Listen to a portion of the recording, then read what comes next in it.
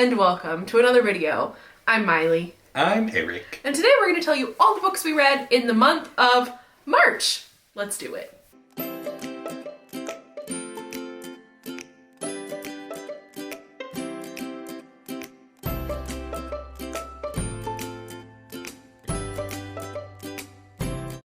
Okay, so this month, Scrimpy, you read a bunch of books as per usual. If you want to check out our January and February videos, link up here. You read more books than me again this month. Keeping the streak alive. But I swear I read more pages because I read barely any books this month, but I read so many pages. I read big books, okay? So let's get into it. We're probably going to double up with you saying 2 and then me saying 1. Because how many books did you read this month?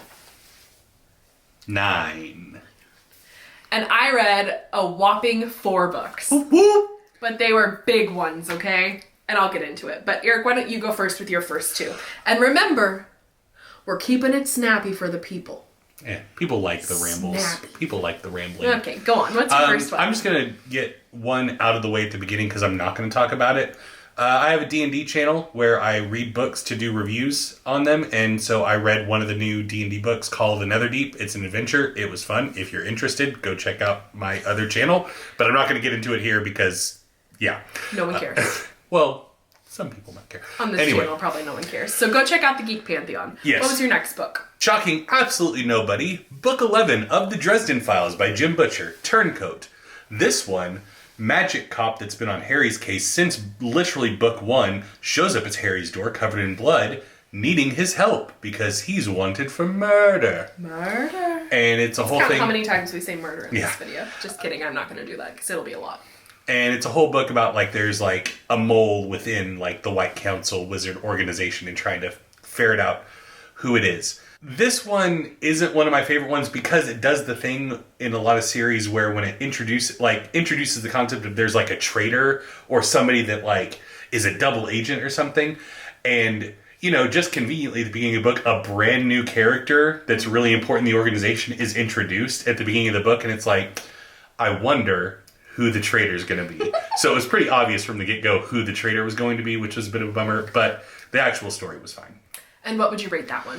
I'm going to give that one a 3 out of 5. So what was your first book?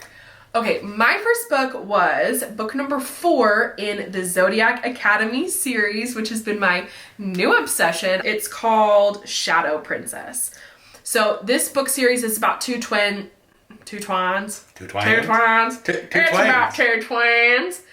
This book series is about 2 twins who discover that they're actually magical and are long-lost princesses of a realm that they're supposed to be in charge of. And just the back and forth of them discovering their magic and going up against bad guys and having to work with the 4 guys that are their age that are intended to inherit the thrones in their absence. Anyway, it's a great series and you should check it out for sure. But the 4th one is all about them opening up to the Shadow Realm, which is where they have dark magic inside of them and they learn about how to control their dark magic, and there's some really juicy like romance. It really ramps up the 2 love interests for the girls, the 2 twins. They both explore their love interest pretty hardcore in this book starting with, so you get really juicy good romance scenes. It was great. I loved book 4. I think I gave book 4 a 4 out of 5. The next one I'm going to talk about is the first audiobook that I completed, The Lies of Lamora. This one's been a recommendation for a long time, like literally a couple years. People have been telling me to read this one. It's a very profane book, lots of foul language, but it's like in an alternative version of like London, essentially. Like think Victorian era London, like street level, like pickpockets, Oliver Twist, but lots of murder.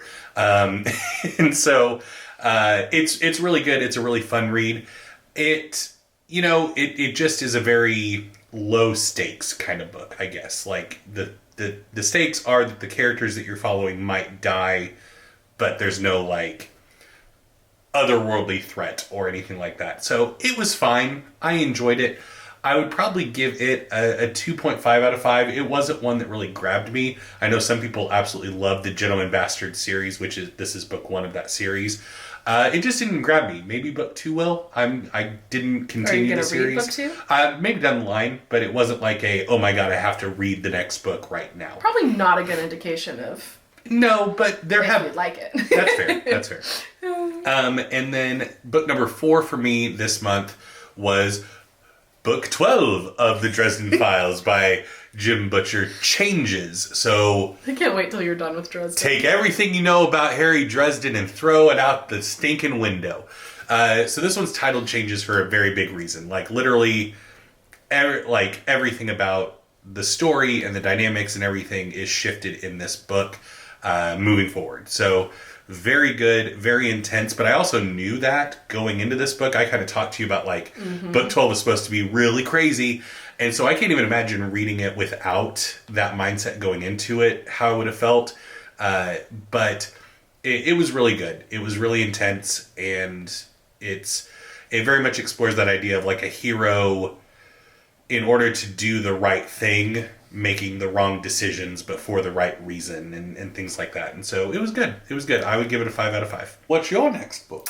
My next book is Zodiac Academy number 5, Cursed Fate. I think that's what it's called. Cursed Fates, maybe. And this one, you know that point in a series, it's kind of like your Dresden book 12, where something insane happens that changes the trajectory of the whole series. That's very much what happened in my book 5 of Zodiac Academy. Basically, they continue to fight the big bad evil guy kind of behind the scenes. They haven't come out in full opposition to him yet because he's too powerful. So they're doing like some covert things behind the scenes. But really the main conflict in this book is with one of the twins, Tori, and her love interest, Darius, who are star-crossed at this point and can't be together even though they want to.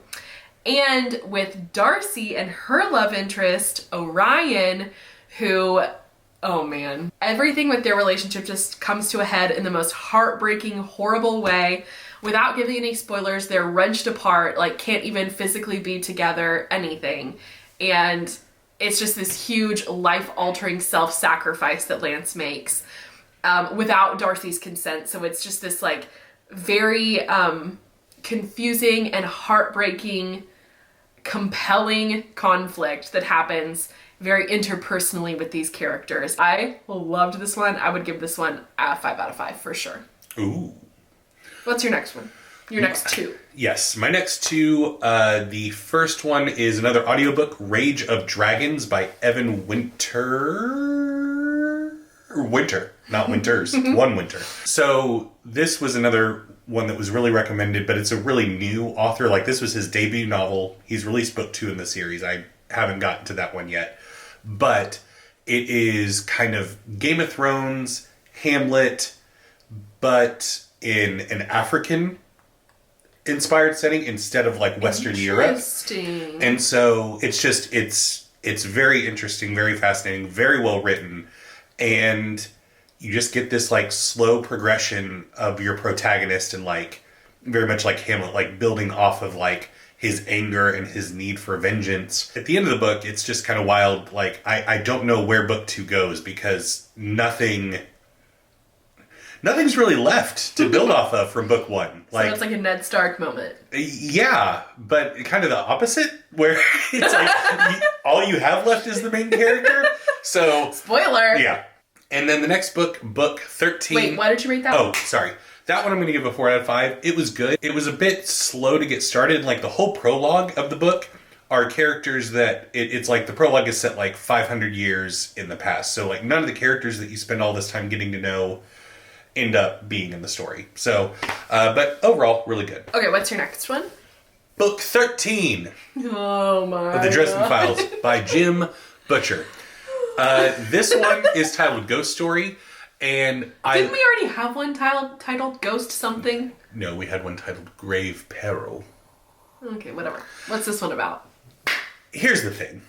I know that some people have started reading Dresden Files since I've started reading it based on these videos and other videos that I've done on my other channel, and I can't talk about this one because it's just, the premise is a spoiler for the previous book. So it's good, very slow to start, but by the end, it nails the ending. basically. And what do you rate this one? I would give it a 4 out of 5. Okay, well, moving on to my next one, since you can't talk about that one. I literally can't even give the premise because it's a giant spoiler for the previous book. Okay. So. My next one was book 6 in the Zodiac Academy series. Why are you going, oh my gosh, every time I bring up Dresden Files, and yet you're just... Because I've read 6 of the books in the series. But there's so many more pages. Dresden has a bajillion books. Okay, so this one is called Fated Thrones, and I love this one. This one is definitely 5 out of 5 for me. It deep dives into the consequences that come from the grave mistake that was made in the previous book with that one relationship. You get so much conflict, but like still I love you vibes, even though they're technically not together from that couple. And then the other couple has some really great moments too, where they kind of have to get around the fact that they're star-crossed. But it also is a really, really, really good history of the twins' past, their parents who had the throne, and they kind of unravel a lot of the family mystery that has always been there. They get to visit their palace and they learn lots of secrets from it. It's just a really good exploration of backstory, and I am a sucker for the backstory, the history, the kind of information that finally shines a light on some stuff you haven't known before in a book and gives you good context and explains things. Oh, I just love that kind of story. So book 6 was so good, and you finally get the main big bad character totally go completely evil, take over the kingdom, and the twins outwardly oppose him for the first time. So you see kind of the true factions of their conflict. Oh my god, it's so good. So much happens, so much action, so much history, mystery, romance, character stuff. It's such a good series. I can't recommend it enough. I love it. Anyway, that's a 5 out of 5 for sure, book 6. What's your next 2, Scrimpy? Ninth House by Leigh Bardugo. This is another one that like people went crazy over when it came out, and people still go crazy over it. It is the first in a series, but none of the other books have come out yet. It follows a young woman named Alex who is attending Yale, and it just kind of sets up the premise that like all those like secret societies that you hear about at those Ivy League schools are real and magic. And there's 8 specific houses that are kind of referenced in Yale lore, and Alex belongs to the 9th house that's kind of like the cops for all the other houses and trying to keep them in line from like doing terrible stuff that college kids given magic would inevitably do. It's a really good book. It's very slow, but in a good way. It's a kind of a slow burn. You always feel like the story's moving forward. And it does this weird thing where in chapter 1, Alex references this other character that's gone missing. And then chapter 2 is that character meeting Alex for the first time, and they just kind of jump back and forth. So you get Alex's like kind of introduction to the world, while at the same time she's doing this investigation after this character that after Hagrid's left, basically. It's Hagrid? Well, yes. And so that's a really interesting convention, and I really like that. And it was a really good book. I would give it a 4 out of 5, or 4.5 out of 5. Cool. Cold Days. Book 14 of the Dresden Files by Jim Butcher. So this one, I think more so than book 12, left me kind of shook after I was done reading it. I've started the next book at this point. I probably could have knocked it out before the end of this month, but I needed a moment after this book finished, because Jim Butcher does something that I think is so hard for an author when you're reading a book where something is happening and then the main character starts reacting negatively. Like Harry Dresden has this realization and starts going, no, stop. And you as the reader don't know until right before it's revealed. Like the exchange continues and Harry's freak out escalates, and then right before it was revealed what happened, I went, oh no! And so that was so well done. I'm sure some people be like, oh, I knew it right away. Whatever. But I thought that was a really great moment. And it just left me heartbroken and like, I don't want to read anymore. But I finished the book. So it was very good. 5 out of 5. Extremely well done story. So yeah, read it. My 4th and final book of the month. Like I said, I didn't read too many books this month, but I actually listened to, and if you know me, I do not do audiobooks. Audiobook? I don't do audiobooks, but I'm making an exception because we are going to Universal Studios in November. I'm a huge Harry Potter fan. In preparation for enjoying all the magic of Harry Potter, I decided that I was going to listen to the Harry Potter series on Audible because I've never actually listened to it before. I've read through it so many times, as you do, but I've never listened to it. So I am probably one Harry Potter book a month going to go through the series again, but listen to the audiobooks. So I read the very first Harry Potter book, Harry Potter and the Sorcerer's Stone, or Philosopher's Stone, whatever version you're reading.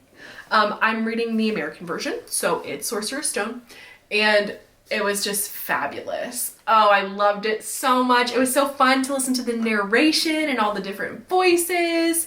I just got a huge kick out of it. And it's funny, the one thing I noticed was Harry Potter #1 is a true, like, children's chapter book. It moves so fast, and there's not that much, like, substance to it. So it was fun to go back and visit the very beginning, and I hadn't read it in a really long time, and just remember how very children's book it is. I loved it, so I give it a 5 out of 5. Duh. It's Harry Potter. Why not? Last book of the month for me was another audiobook, Jade City by Jane Fonda. That's not right. I'm sorry, it sounded like you said Jane City by Jane Fonda. And in my brain I thought, did he read an autobiography of Jane Fonda? That sounds out of character. Jade City by Fonda Lee is what I meant to say. Oh my gosh, that's classic. I love it. So this is it's Jane Fonda's autobiography. Yeah. Tell us all about her, Eric. It is a modern kind of urban light fantasy story set in a fictional world in a fictional version of, I think, Japan, maybe Korea. I'm not up enough on the cultural distinctions. That's a blind spot for me. But yeah. But basically, jade is a magical substance in this world that certain people, when they wear jewelry with jade, they become superhuman. Ooh. And so that led to like this very hierarchical, like clan-based structure of this entire nation around jade production. And you follow one family and their clan, and they're like the second most powerful clan in the country, and trying to establish themselves as it's a changing in the guard. Their grandfather has retired, and so the oldest son is trying to step up and be the leader, and it all falls apart. So without getting into spoilers, but this is the first in a trilogy. It was really, really good. Initially, I had a hard time thinking about why I should care. Was the I've only read struggle. Books like that. Because it was just like, everybody here just kind of sucks. Like, and because you're dealing with like crime families and stuff like that, and you don't have like the bright-eyed character at the middle of this, like, I just want to be a part of the family. So once you get bought into the family, though, and kind of the story that Fonda Lee wants to tell, it's really, really good. So what would you rate that one real quick? That one I would give a 4 out of 5. Okay. That's it. Those are all the books we read in the month of March. Let us know down below the books you read in March, and if you have any recommendations for us. As you know, we read a lot, so we would love your recommendations. So what do they need to remember to do, Scrimple? Smash the subscribe button. And like this video, and we will see you guys in the next one. Bye! Bye.